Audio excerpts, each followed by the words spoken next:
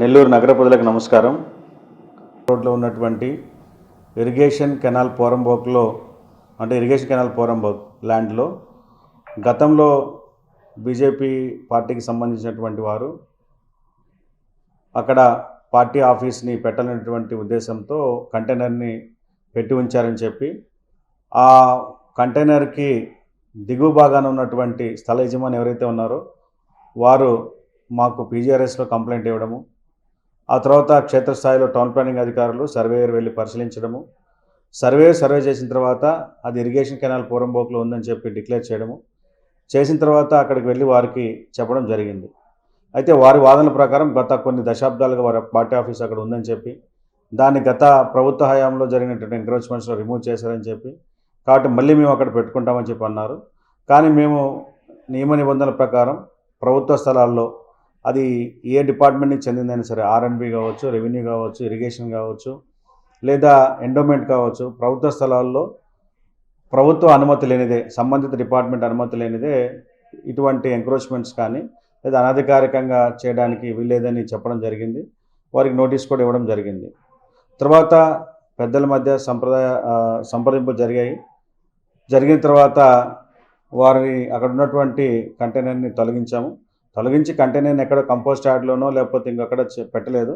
ఎక్కడైతే శానిటరీ మా municipal vehicles, water tankers కానీ లేదా మున్సిపాలిటీకి సంబంధించిన మిషనరీ, పాడైపోయిన మిషనరీ ఎక్కడైతే జనరల్గా పెడతామో ఓల్డ్ మున్సిపల్ ఆఫీస్లోనే పెట్టడం జరిగింది. కంపోస్ట్ యార్డ్ మున్సిపాలిటీకి అల్లిపురంలో ఉంది, దొంతల్లో ఉంది. కానీ మేము కంటైనర్ని అల్లిపురంలో కానీ దొంతల్లో కానీ పెట్టలేదు. పెట్టింది ఓల్డ్ మున్సిపల్ ఆఫీస్ ప్రిన్సెస్లో పెట్టాం. సో అయితే దీని మీద పార్టీ చెందినటువంటి కొంతమంది ఈరోజు మళ్ళీ అక్కడికి వెళ్ళి అక్కడ ఏదేమైనా మేము కట్టి తీరుతామని చెప్పి అక్కడ వెళ్ళినటువంటి టౌన్ ప్లానింగ్ అధికారులపైన కూడా భౌతిక దాడికి ప్రయత్నించడం ఇటువంటి జరిగాయి. అయితే ఏది ఏమైనా ప్రభుత్వ స్థలాలను ఆక్రమించడం అనేటువంటిది సరైన పద్ధతి కాదు. దీనిపైన సంబంధిత డిపార్ట్మెంట్ ఏదైతే ఇరిగేషన్ డిపార్ట్మెంట్ ఉందో వారి యొక్క కంప్లైంట్ మేరకు, అదేవిధంగా అక్కడ ఉన్నటువంటి ఎవరైతే ఆ పార్టీ ఆఫీస్ నిర్మాణం వల్ల కానీ కంటైనర్ వల్ల కానీ ఎవరైతే ఇబ్బందికి గురవబోతున్నాడో ఆయన ఇచ్చినటువంటి కంప్లైంట్ మేరకు సరైనటువంటి విచారణ చేసిన తర్వాతనే మున్సిపల్ అధికారులు యాక్షన్ తీసుకోవడం జరిగింది.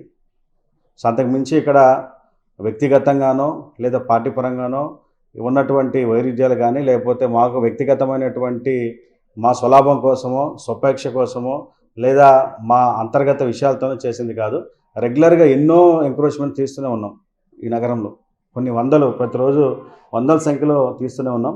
అందులో భాగంగా ఇది చేసింది తప్ప ఇదేదో కావాలని ఇంటెన్షనల్గా చేసింది కాదు.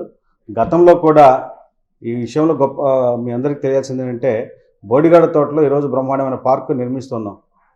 ఆ పార్కు నిర్మాణానికి ఒక చర్చి 50 సంవత్సరాల నుంచి ఒక చర్చి అడ్డంగా వస్తుందంటే వెళ్ళి అక్కడ చర్చి పాస్టర్ గారిని వాళ్ళందరినీ కన్విన్స్ చేస్తే పెద్ద హృదయంతో ఆ రోజు ఒప్పుకొని ఆ చర్చిని వాళ్ళు అక్కడ నుంచి షిఫ్ట్ చేసుకొని ఆర్డిటి కాలనీకి షిఫ్ట్ చేసుకున్నారు. కాబట్టి మేము కూడా ఇక్కడ పెద్ద మనసు అర్థం చేసుకొని సహకరించామన్నాం తప్ప వైరుధ్యం కావాలని అడగలేదు. కాబట్టి అధికారులకి మతాలు అంటగట్టడము, కులాలు అంటగట్టడము, లేకపోతే పార్టీలు అంటగట్టడం సరికాదు. మేము ఏ ప్రభుత్వ అధికారులు ఉన్నా పనిచేస్తాం.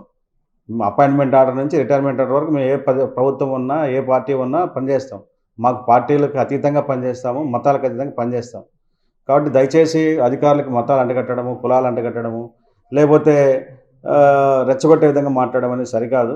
మేము ఉద్యోగం చేయడానికి వచ్చాం, ఉద్యోగం చేస్తాం.